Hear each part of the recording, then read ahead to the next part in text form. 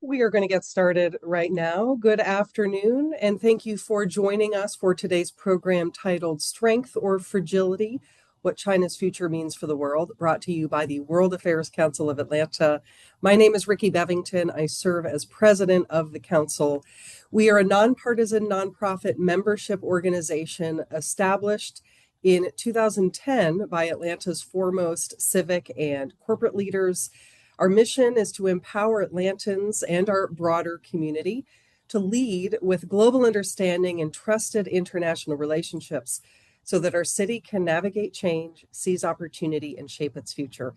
Through dozens of high caliber events each year, like the one we're doing today, we convene diplomats, dignitaries, executives, students, and engaged citizens to explore the most pressing global issues of our time. Our vision is a globally fluent Atlanta, confident, connected, and ready for what is next. Thank you for joining us this afternoon. We are delighted to have you. About today's topic, China is often described in extremes: an unstoppable economic superpower on the one hand, or on the other hand, a system under growing strain. Today's conversation is about moving beyond those binaries. We're going to be exploring where China's real strengths lie, where its vulnerabilities are most acute, what all of this means for the global economy, as well as US policy and international stability at a moment of profound geopolitical change. We are especially pleased to be joined by Gibbs, executive in residence with the China Business Studies Initiative at the University of San Francisco, and a longtime practitioner at the intersection of business, policy, and China-US relations. Gibbs is the author of The Fragile Dragon: Trade, Trump, and China's Vulnerabilities. That's his latest book. He's also a frequent commentator on China and global affairs in major US and international media. He brings decades of firsthand experience working in China, advising companies, and engaging with policymakers during some of the most consequential chapters in the US China relationship. His insights are informed not just by theory, but by lived experience on the ground. As a reminder, this is a public, on the record conversation. We will be inviting your questions later in the program. The statements made today are those of the speaker and not of the World Affairs Council of Atlanta. We do hope that today's dialogue brings clarity, context, and nuance to an issue that shapes so much of our world. Gibbs, thank you so much for being here. Great to be here with you, Ricky. Thanks very much.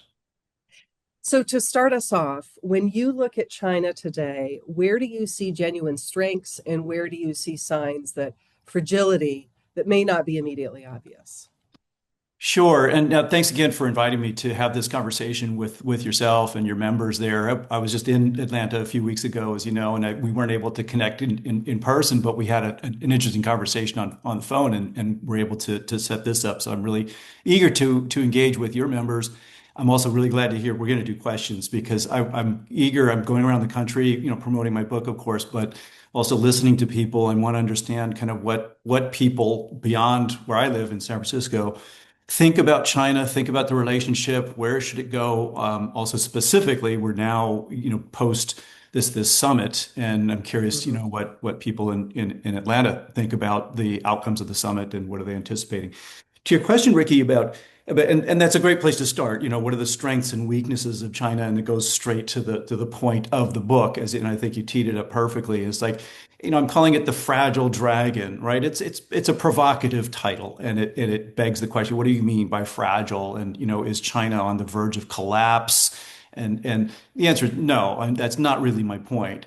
I'm really making the point that yes, China is really good at a lot of things, but it's not good at everything. And there are some issues that are systemic to China that give us pause, that are going to be constraints on the model itself. And so that's really the point I'm trying to make is that we need a nuanced look at China.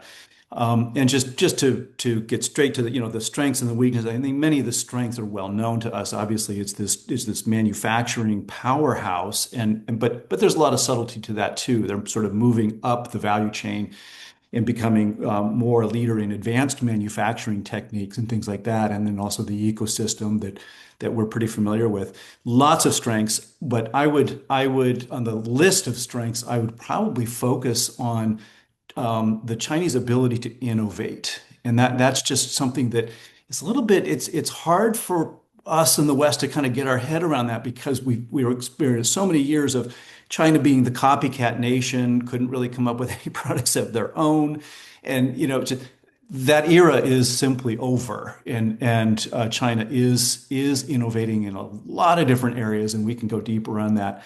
Um, if we have time.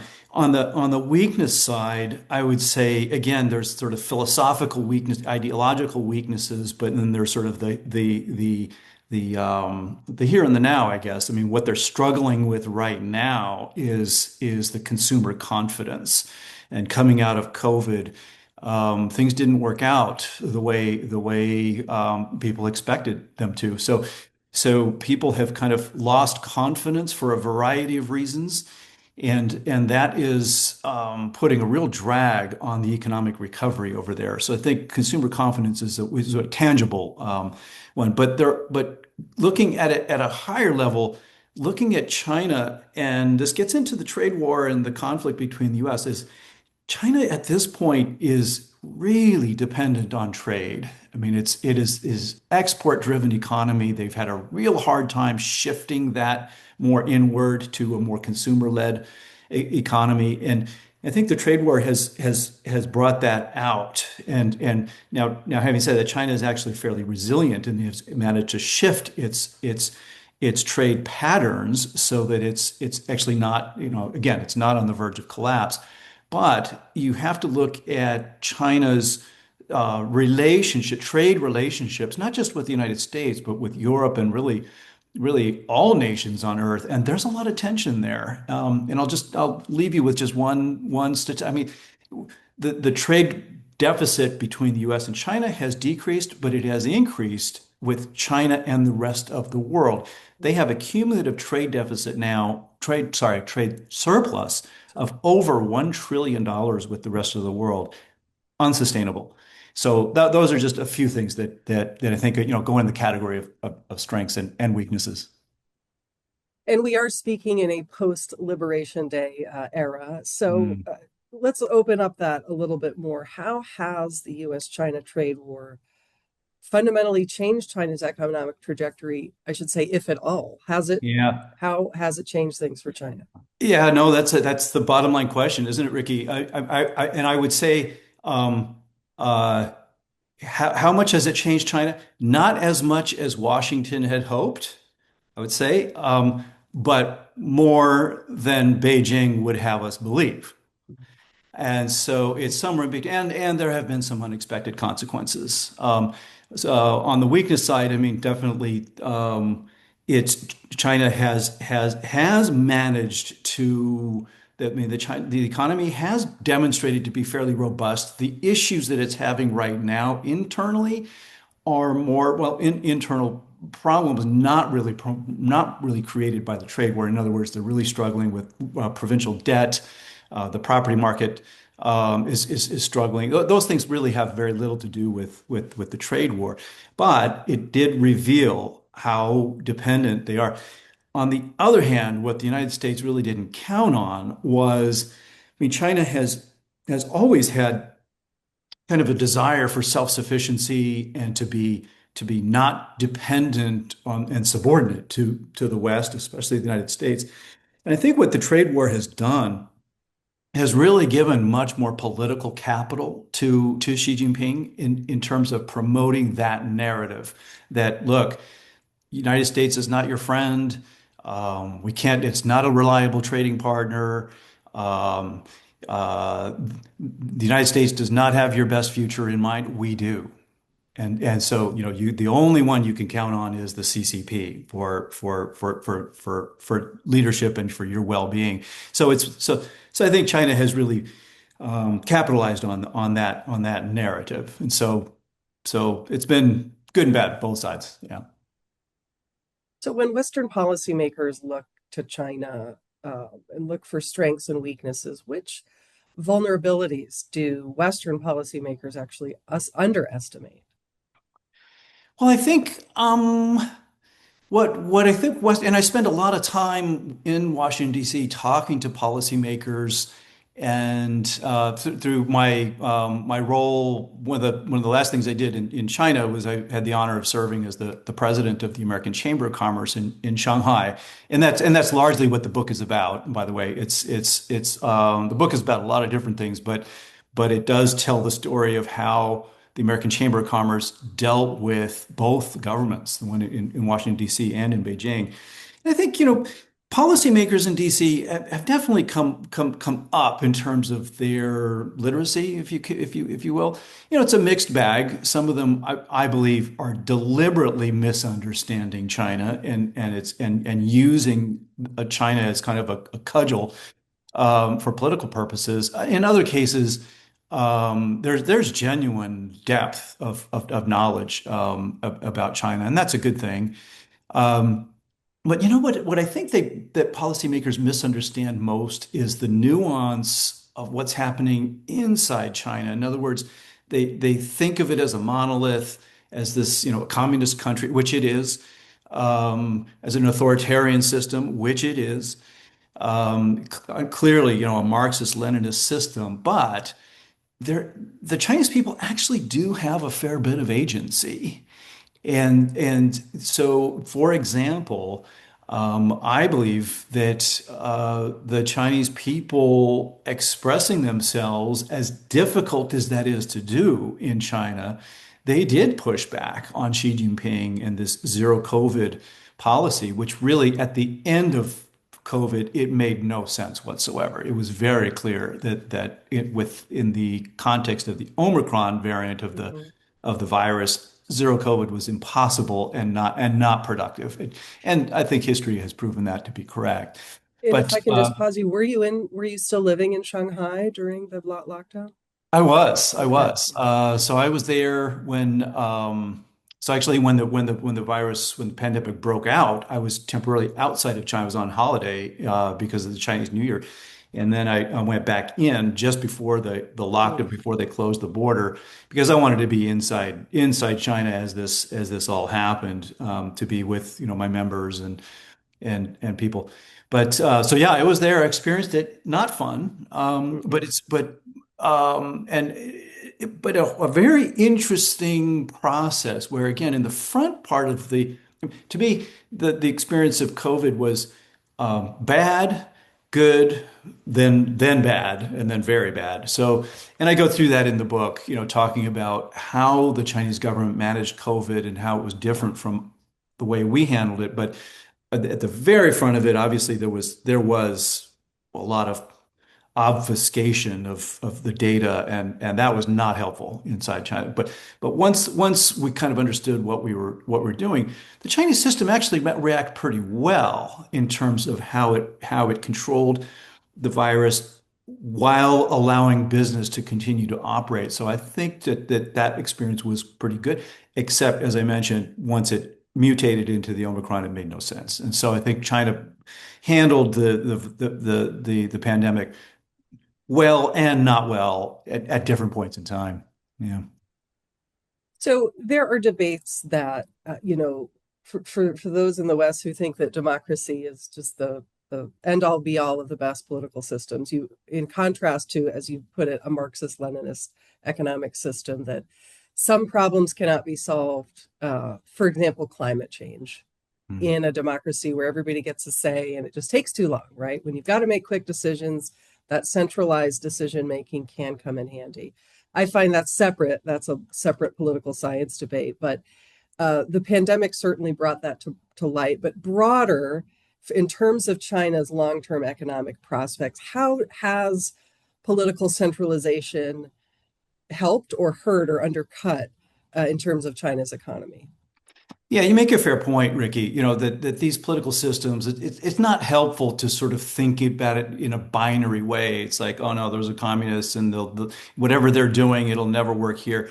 I think that's unhelpful. The communist system, this top-down state-run capitalism, it has actually worked well for China in many ways. And I think, in terms of the planning, the strategic planning and identifying, strategic industries, I think there's things that we can learn from China. emulate, copy? No, I don't want to see that. And frankly, I'm actually disappointed in certain ways we as a system in the West are actually becoming more and more like China. And frankly, not to geek out on Chinese history too much here, but that's actually a familiar pattern to people who make a living, watching China. You go back to the Yuan dynasty and where the Mongolians conquered China and created the Yuan dynasty. What happened? Did Chinese become Mongolian? No, Mongolians became Chinese. Mm. And and that's a pattern that has actually repeated itself for about 2,000 years. And so in some sense, we are in our desire to compete against China have actually become like China in many ways. And I wrote an editorial about that, just focusing specifically on this idea of an independent judiciary and how obvious it is living in China, developing, my career in China. There is no independent judiciary in China. It's a highly centralized system, very it's explicitly dependent on politics. And now I see us kind of moving in that same direction. But to your point about centralization, so yes, it has helped. What Xi Jinping has done is he moved much more aggressively back towards a centralized model and shifted the economy. I mean, reluctantly away from a growth model, and largely because that type of economic growth is simply no longer available to China. We're never going to see double-digit GDP growth again. We're going to be around 5, hopefully 6% GDP growth. What he's done is just shifted the emphasis away from growth to more equality, income equality. And because that is something that's a major weakness of China and the Chinese system, as it is ours. I think if you look at both the US and China in the last 20, 30 years, we have been poorly served on that aspect, on the equalization of growth and equalization of income. And so I think you've got to see a lot of the moves that Xi Jinping has made within that context. And again, we can come back and talk more about the regulatory crackdown on the tech sector, but part of that was about just this income inequality issue. But the other thing that the centralization has done is it has certainly increased the power that Xi Jinping wields. But it has also limited information. So as every decision flows through him and him alone, he actually has, and his system is built on obedience, frankly. And so he's got a limited sources of information and policy alternatives. And so that is again one of the major structural weaknesses in the Chinese system, in my view. You mentioned the tech sector and the judiciary, so let's just pick up on that. We in the beginning, your first answer was that one of the best strengths of China is its ability to innovate. Mm, For a lot of folks, that immediately brings to mind technology. mm, And for companies looking to innovate, a level playing field in terms of a functioning judicial system and the ability to protect, intellectual property or at least work out business disputes actually is an underpinning of the American economy or Western economy. So talk about that tension between China's ability to innovate and yet this centralized decision making and political system. yeah, I mean, and look, China is full of contradictions. Yeah, sure. As is every country. As is every country, there's this, but then there's also that, and they seem to be in conflict, but somehow it all works out. But no, yeah, China. And my take is through the Mao years, he really was really crushed a lot of that creativity and innovation that would have come out of there. But no, I think the Chinese people are a few things.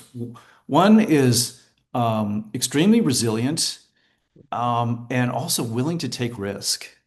And that's the combination for innovation. What you see right now is is the Chinese entrepreneurs. Many of them just are able to take incredible bet the farm, right? I mean, bet everything they have, borrow money, everything, to become successful. And it's quite remarkable. I mean, the way it's been explained to me by at least one person, they said, look, these are people who've experienced hardship before. They know what it's like to have nothing. And so they're not afraid of it. So they're willing to have the opportunity to win. They're willing to risk it all. And as I've been an entrepreneur myself, and with limited success, and honestly, I think that is one of those characteristics. Is, are you willing to bet everything? And in my case, the answer is no. I like my lifestyle. I'm not going to take the mortgage to my house and put it on red. So no, I'm not going to do that. So yeah, very innovative. And I think what we're seeing right now, Ricky, is, and again, we could do a whole show on what's going on in the electric vehicle space. And that's where you're seeing, and all my friends in automotive, 10 out of 10 of my friends in automotive say, look, if you want to see the future of mobility, just the way the future looks, go to China. And it's Mm-hmm. and now again, there's more to that discussion. There's also a discussion about how, the US OEMs, the Ford, GM, that have been so-called trapped in these joint ventures, and we're unable to pivot, once the market changed over to EVs. I'm not a big fan of that narrative, but just to be fair, I mean, there are different narratives on kind of how this has all happened. But the net is, we we can continue keeping Chinese EVs out of our market, but we can't stop them from going into every other market, Mm-hmm. frankly. And they are pretty incredible vehicles with great features. So I'm going to ask you to define two words that folks hear a lot when we read headlines or high-level articles about the China-US relationship: Mm, decoupling versus mm, de-risking. Why don't mm. you briefly just define those terms and then talk about whether or not, like, what the status is in terms of the Yeah. approach, and is it an inevitability, or do we, the US, still have a choice? Yeah, no, the decoupling and de-risking, and I think these are words that diplomats and pundits, the talking heads out there, sort of make a living out of, coming up with new vocabulary. And, is it something different? I think, somebody said, well, we can't decouple from China because we've never really been a couple, but by that they mean, we've always been sort of circumspect of each other and not really willing to completely commit to the relationship. It's always been somewhat transactional. And again, there's some truth to that. And then de-risking, I mean, they're just talking about the idea of exposure. It's like what happens, if we're so committed to China that, and then, we get flipped upside down. At this point, a few things that seem clear, and that is the costs of separating the United States from China. The cost of that is extremely high. We do about $600 billion worth of trade today. Many of our agricultural states, and including Georgia with poultry and things like that, and we can come back to. And I'm really curious. This is why I'm curious about your members Sure. there and what their Pecans, reaction that's another big export to China from Georgia. about which one. Pecans Oh, or pecans. There you pecans. go. There you go. Pecans. They have that in common with my home state of California. Yeah, pecans, poultry, all those kinds of things. And we're not yet seeing all of the details yet on the deliverables, but we're hoping for more outcomes there. But on the decoupling or de-risking, what the state of play today. So two things. One is we can't fully decouple. Second is we're having a real struggle. We've both sides have acknowledged that there are certain things that we produce that we are wary of selling to the other, and because of the military use. I mean, how much of these rare earth minerals actually go into F-35 fighter jets? that the United States produces, and right back the other way. I mean, our high-end semiconductors, those things go straight into missile guidance systems. They always have. That is a big function of semiconductors. And so I think there's acknowledgement on both sides that there's going to be a category of technologies and products that we're not going to want to sell to each other. Where we're struggling right now is maintaining that definition. Mhm. This is the so-called, under the Biden administration, people talked about, the so-called small garden with a high fence. Well, that garden is now all over the place. I mean, Mhm. it's just every day there's more entities that are placed on these lists of no-go zones and things like this. But yes, the state of play. I mean, probably the most one of the most interesting and consequential elements that's caught in that decoupling trap is the NVIDIA chips. And so the state of play, as I understand it today, is that there's the two chips that we're talking about. It's the H20s and the H200s. H200s are the more advanced chips. And what's happened right now is the White House has allowed some sales to go through on the H200s. There's a caveat there, and they said as long as the White House gets a 25% cut, um, and and I think that is 100%. You heard it here first. 100%. That'll be challenged in the courts. Tax on exports is explicitly prohibited in the Constitution, and so Mhm. I don't see any possibility that that is not going to end up in the courts. I think the only question is, who's going to have standing to kind of bring the order. And at this point, it doesn't matter because the White House has given permission to sell. Beijing has not yet given permission to buy. And so, and this goes to what Beijing's interest in this is they actually want to develop their own industry for Mhm. semiconductors. So, and this gets to the H20, which is the less advanced chip, which has been approved for export out of the U.S. It has been banned for import in the U.S. In China because China wants those chip sales to go to Huawei.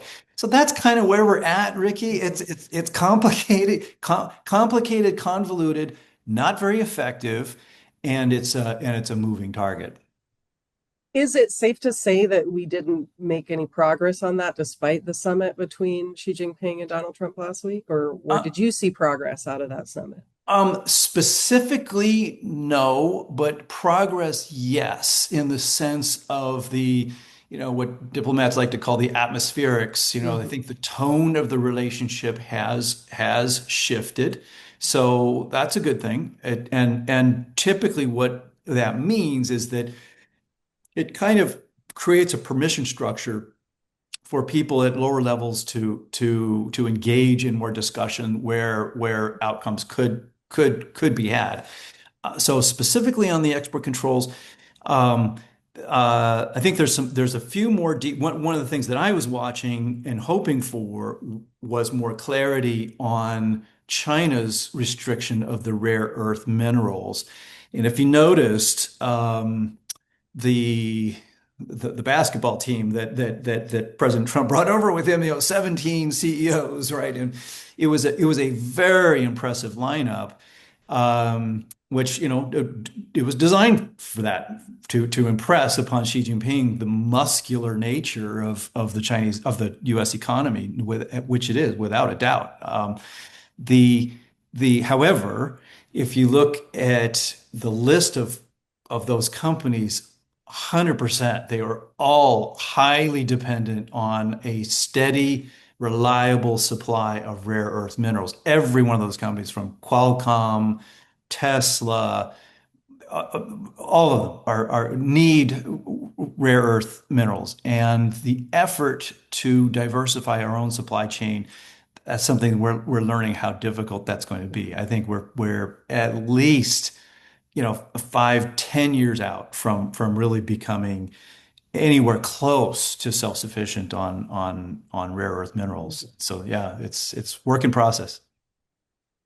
So I'll just take a pause. We're going to go to audience questions in 5 or 10 minutes, but I will encourage audience members to enter your question into the Q&A box at the bottom of your screen. Please be brief and ask one question at a time.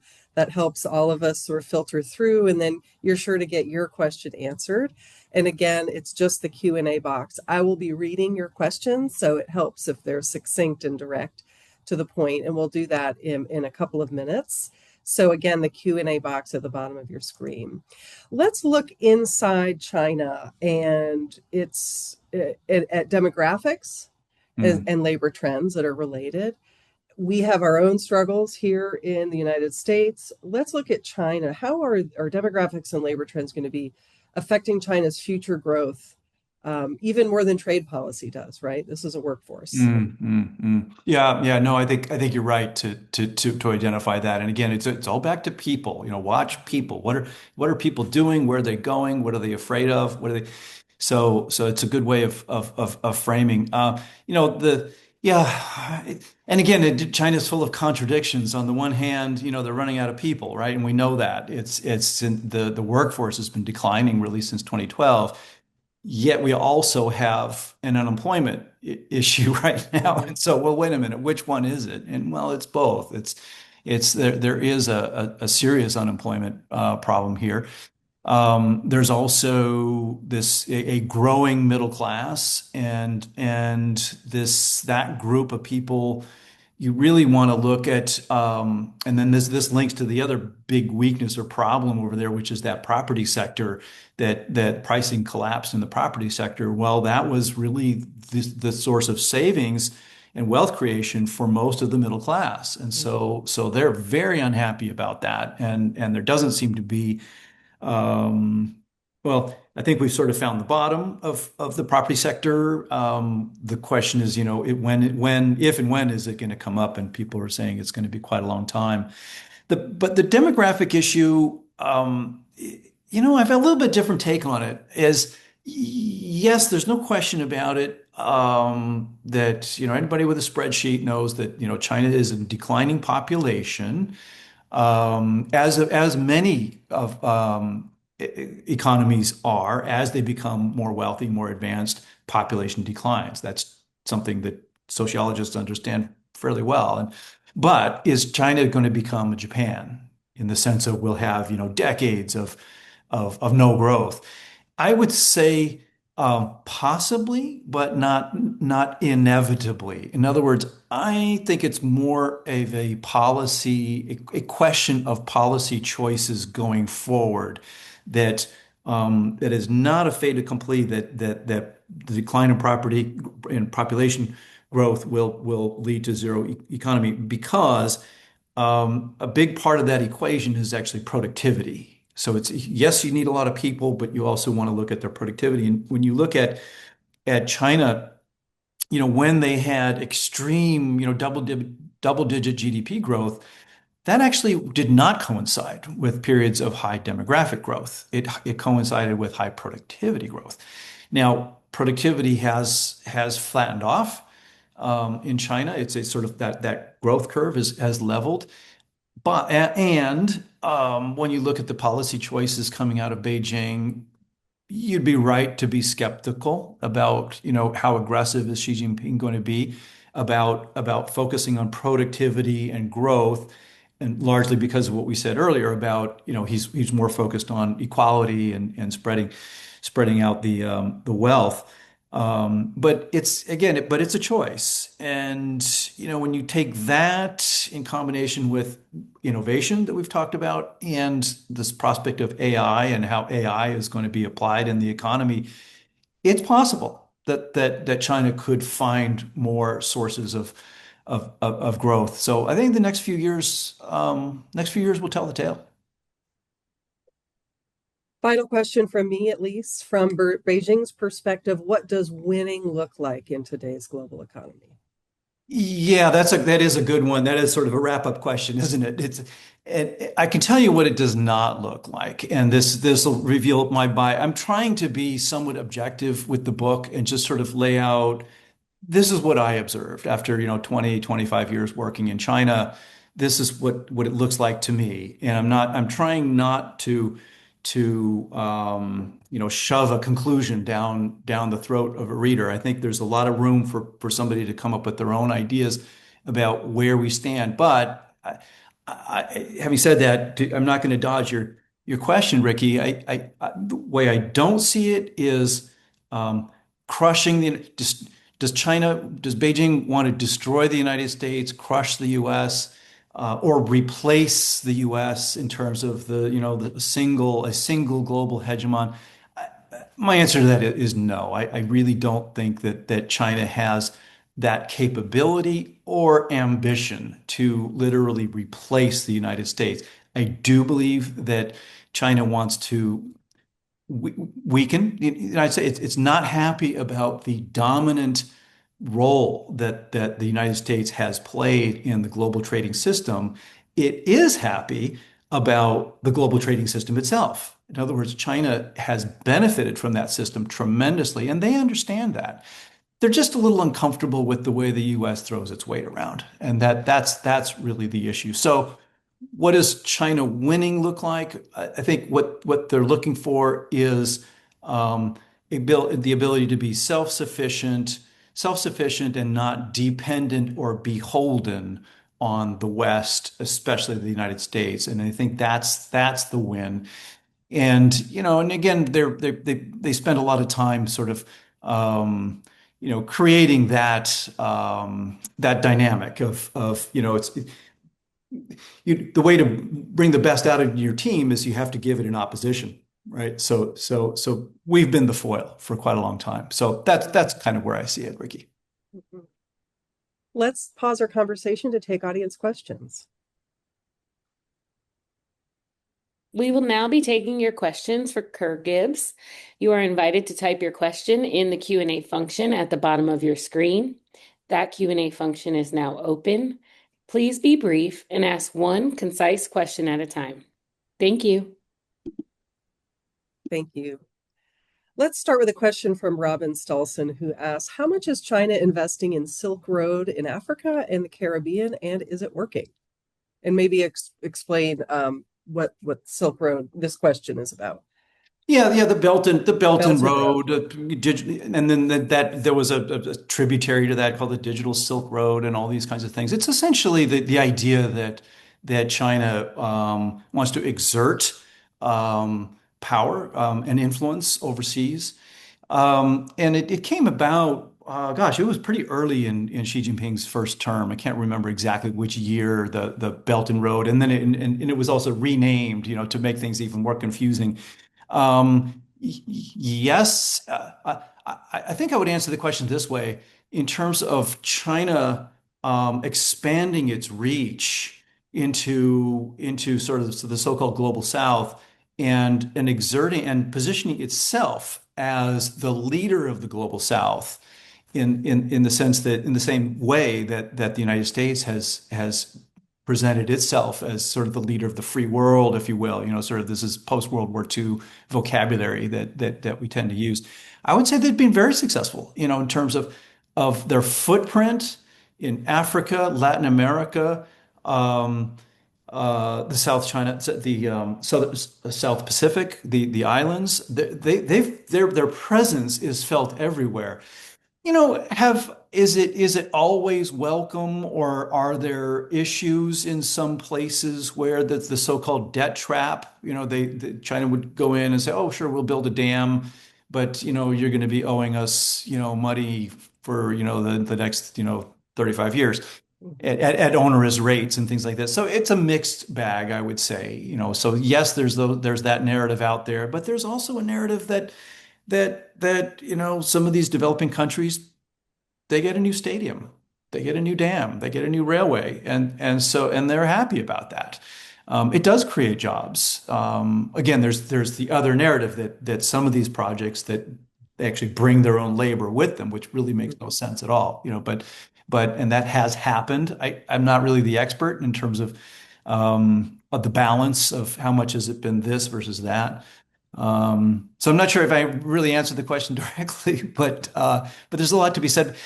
What the current state of play is, however, China actually doesn't have much money left in the coffers to fund BRI. So funding some of these large projects is now problematic. And so I would expect in the coming few years to be fewer of those, huge infrastructure projects that are funded by China. But I don't expect a decrease in the level of influence that and trade that happens between China and the so-called global South. Another question from Samaya McCreary. Of course, the United States, Mexico, and Canada are approaching their renegotiation of the USMCA trade agreement. Will that renegotiation impact China and how? Oh, it will. It will for sure. Yeah, China, I think, is almost the fourth party that is not at the table.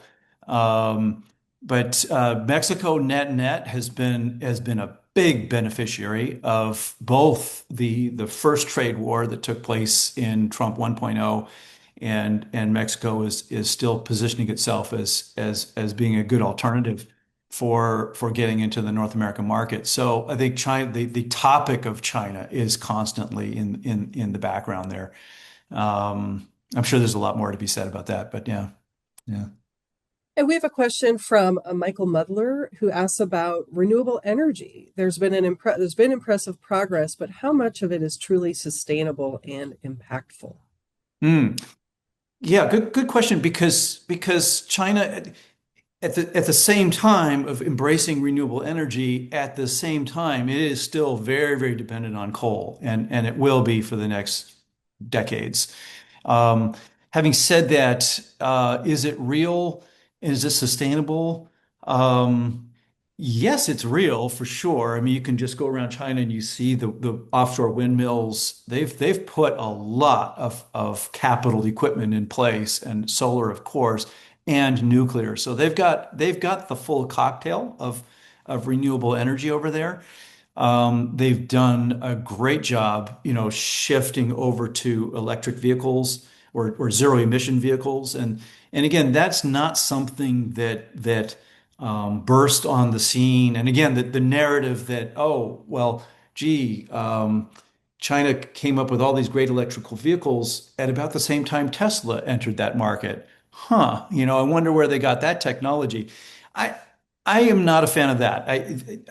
I would say that China's been working on electric vehicles for 20, 25 years. This is not new. And one of the reasons why they have been doing that is back to this narrative of the dependency. They understood that the West, ICE vehicles, the internal combustion engine, that technology it comes from the West. The West is really good at that stuff, at innovation around the ICE engines. And so to some degree, it was like, well, we want to play our own game now. We want to they're going to be the leader in that. We're going to be the leader in this. And sure enough, they are. So there's that. But to bottom line on the question, yes, it's a big deal, and it matters, especially in the context. We haven't talked about Iran, but in the context of this issue with Iran, a lot of people look at the dependency that Iran has on China and sort of misconstrue that as going the other way around. That's not the case. Iran is much more dependent on China than China is on Iran. So in other words, 90% of Iran's oil exports go to China, but probably 5 to 8%, I would say 5 to 8% of China's oil needs have been met by Iran because China's actually fairly well diversified, both to the questioner's point, to renewable energies, but also has, I think there's actually 3 overland pipelines that bring oil in. So China is actually not as exposed to the drama in the Persian Gulf as people might otherwise believe.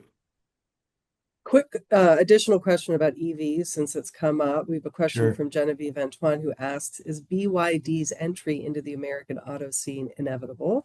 And explain who BYD is. I'll explain why BYD is. I would love to throw the question back to the questioner. What do you think? I don't know. BYD is it was an upstart battery manufacturer in southern China that saw that they wanted to move up in the value chain. And again, it's to the point. I'll tell you who BYD is not. It is not a state-owned enterprise.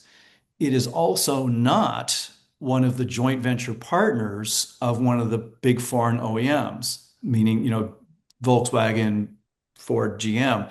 Why do I point that out? Because again, a lot of people say, aha, China's strength in vehicles, in mobility today is a result of them stealing us blind on all these JVs. And again, I don't think that's the case. Yes, it's the case that a lot of technology transfer took place within those joint ventures, but notice that the strongest Chinese EV players are not the Shanghai Automotive, which is the government joint venture of GM. They have an EV, nobody buys it. It's people are interested in the privately held companies, the BYDs, NIO, XPeng. That's where the real innovation is taking place. So BYD, fast forward, is now the global market leader in volume for electric vehicles worldwide. So they have surpassed Tesla, um, and they're incredible vehicles that sell at an incredible price. It is not some cheap manufactured product that made with forced labor and cheap product. No, it's a high quality vehicle that has amazing features where you get into a BYD and you feel basically where BYD started, they said, I'm going to start with the living room and your cell phone, and I'm going to build a car around that. And that's what the BYD is. And but as far as are we going to, I don't know. I don't know. I just don't know. That's a political question. Yeah. I hope so. In my dream, what I'd like to see happen is a reverse of the China model, and to see these Chinese EV makers come into the U.S. in joint ventures, partnered with an American company that is going to do things the right way, that is going to have a deep commitment to a community, to manage relationships with the labor force in a sustainable way. And by that I'm referring to union labor or however that's going to work, and it's going to be state by state. And I know what the skeptics are saying is like, oh, but wait a minute, what about the data? And Mhm. these vehicles, they're controlled by the CCP, and they're just going to be massive data collection entities that could go all over the United States. Two issues. One is, I mean, a fair point that the CCP does have, it's a different model over there. And but to assume that every company is under the complete control of the CCP over there, that's a misread. That's really not entirely the case. Number two, I would remind people that when Tesla showed up in the China market, first of all, the consumers loved it because it's such a cool vehicle and it's just very flashy. But then the government discovered the data collection aspect and realized that all the data were being collected by the vehicles, stored on the vehicle, and then sent back to California. They freaked out. Mhm. And but Elon Musk, to his credit, he got on a plane, went over to China, made the changes that were necessary to make, and now everybody's happy. Why can't that conversation have take place? And but it's complicated. I mean, the U.S. is got a very complicated domestic political situation that is a real issue. That data collection and the controls that the CCP has, it's a real issue, and as is investment, jobs, labor, labor unions, organized labor, those kinds of things. So yeah, yeah, Thank you. We have a couple of questions about Taiwan, so I'll try to condense sure. from Kyle Renardo, who asked just a very basic question. Could you talk through the real economic or strategic value that China sees in annexing Taiwan? in the next few years, whether by diplomacy or by force? What's the end game Yeah, that's a economically? economically, my take is it's much less about that. I mean, I know a lot of people may use the argument about the Silicon Shield, and it's like one is China won't bomb Taiwan because they don't want to destroy the industry. They'd like to capture it intact. Sure, I think that's probably, but to me, that's a minor as because it does coincide with it is very clear that China, mainland China, would very much like to develop their own semiconductor industry, and of course, acquiring TSMC would accelerate that. But there are a lot of domestic within mainland China initiatives to develop their own semiconductor industry. So I don't think it's that's not plan A for them. My sense, and again, this is just a matter of opinion, because there's a lot of reasons why Beijing would like to recapture Taiwan. The argument that I make in the book is that it's actually much more connected to Taiwan identity and the idea, the political aspect, not the economic aspect of what they call reunification. To me, it's the existence of the CCP narrative is that American style democracy doesn't apply to Chinese societies. We're different. The only system that is reliable and effective within a Chinese context is the one party CCP system. Taiwan is obviously a glaring daily reminder that simply isn't true. That they're different. There are many different systems that can be, and Singapore is another one, by the way, which is not really an American style democracy. It's own style of democracy, but it doesn't exactly mirror the CCP. So to me, that it's more about that. It's also more about um, the vulnerability of China's geography, which we could go into more detail, about sort of just how the natural defenses are sort of laid out. I think it's more about those issues and the whole narrative of the success of the CCP delivering results for the Chinese people. And again, for years, it was all about the economics of I will deliver you, this massive GDP growth and I will make you wealthy. You won't ask too many questions about, the political legitimacy or the right for the CCP to rule. So that conversation has shifted more about, Xi Jinping has shaped it into much more of a national rejuvenation idea, which has more to do with, pride, respect, and his words, reunification of the Chinese nation. And this again, it's anyway, yeah, there's a lot more to it that put it that way. Yeah. Yeah. We actually, Xi Jinping has made Taiwan his central to his tenure Yeah. leadership. I think he's used the words that it can't be passed on to future generations, that he wants to decide this once Yeah. and for all. So on that note, there is no clear succession plan in place. So should there be concern for the sustainability of China's long-term economic or strategic growth if Xi Jinping departs, leaving a leadership vacuum? No, that's a great question. Yeah, no, it's they have successfully managed leadership transitions. They were not some of them were quite messy, especially at the early stages, and that is fairly typical, right? I mean, so in other words, Mao, also didn't really have he had a named successor, but that didn't have necessarily the consensus.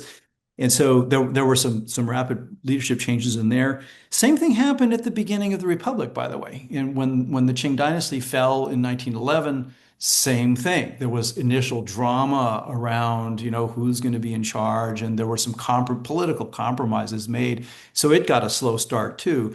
But once the CCP kind of found its like, there have been successful leadership transitions, Jiang Zemin, Hu Jintao, and so now to Xi Jinping. But it's a fair point, Ricky, that it's not clear, and And I believe this is also one of China's, strategic weaknesses is this opaque. I mean, they would call it a strength. It's a Marxist-Leninist system, and they would say, "Oh, it's opaque, perfect. That's exactly the way we like it. You have no idea how we do things within the system. That is the system." So yeah, I think we're right to be um, on our toes, watching that process. Yeah, yeah.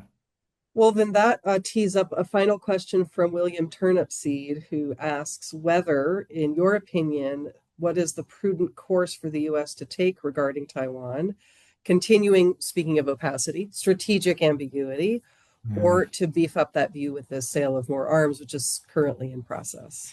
Yeah, I mean that's the question. What's the best way forward? I mean, and is strategic ambiguity is it still the best policy? Is past prologue, right? I mean, just the fact that it has worked. It has worked for the last 40 years, and we haven't been shooting at each other.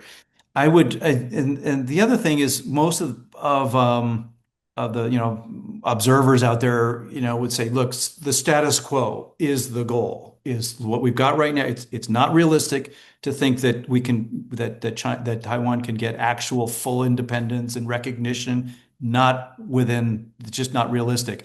But the status quo, where we've got this I would argue that yes, the status quo is suboptimal but acceptable to all parties involved. So yes, I would agree with that, but I would also say that the status quo is highly unstable.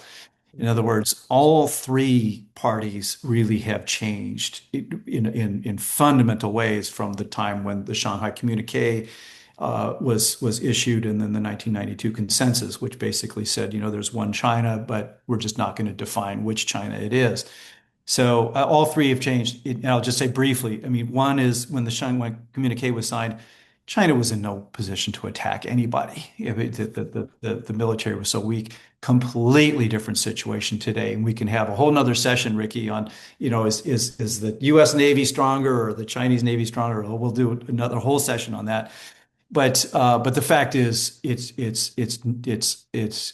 much different from what it was before. Taiwan, on the other hand, the domestic politics, clearly a different situation now than it was Mm-hmm. before. The KMT was solidly in control, and it had ambitions to merge in some way. The only question was in what are the terms going to be? But the KMT very much wanted to reunify. They would have used the Mm-hmm. same vocabulary. Today, that's not the case. The KMT is a minority party. The DPP is driving the bus, and the DPP considers themselves to be de facto independent already, which is why they don't declare independence. So I know I'm not answering the question, but that's the current state of play. And I think that I'll leave you with this is what everyone's eyes should now be on 2028. So that there's a presidential election that's going to happen in Taiwan. Today, the DPP is in the majority. They have the presidency, but they don't control the legislature. So in 2028, Lai Ching-te will be up for re-election. Beijing is going to do everything in their power to make that not happen. And so whether he wins re-election or the KMT takes power is going to be a key inflection point, put that way. Well, as we wrap up today, I would like to invite our audience to register for one or both of our upcoming programs at wacatlanta.org. That's our website. On Monday, June 29th, we'll be hosting Demographics Meets Democracy, How Young Africans Are Reshaping Politics, featuring Michelle Gavin, former U.S. Ambassador to Botswana and a longtime Africa expert. And then on Wednesday, July 1st, join us for NATO in a Changing World, a conversation with Kay Bailey Hutchison, featuring the former U.S. Ambassador to NATO and Senator from Texas. We'd love to have you join us for both of those virtual programs. They're free and open to the public. While you're at our website, sign up to receive our newsletter. It'll be learning about upcoming programs. You're going to be receiving a survey on this program. We'd love your feedback. Please fill it out. And then finally, today's conversation will be posted on YouTube, so you can go back and watch and listen. And of course, please share and also subscribe while you're there. Please join me in a virtual round of applause for Kerr Gibbs, who has given us generously an hour of his time. I have learned so much, and thank you for such a broad ranging conversation. And we've come up with at least 3 or 4 future programs that it sounds like we need to be doing as well. So thank you Yes, we so have. much. Thank you very much, Ricky, and thanks for all your members for the great questions and engagement. Thanks, I appreciate it. And there's the book. Yeah. Great. Well, The Fragile Dragon, China's Strengths and the Limits to Its Power by Kerr Gibbs. Thank you and have a wonderful day. We'll see you next time.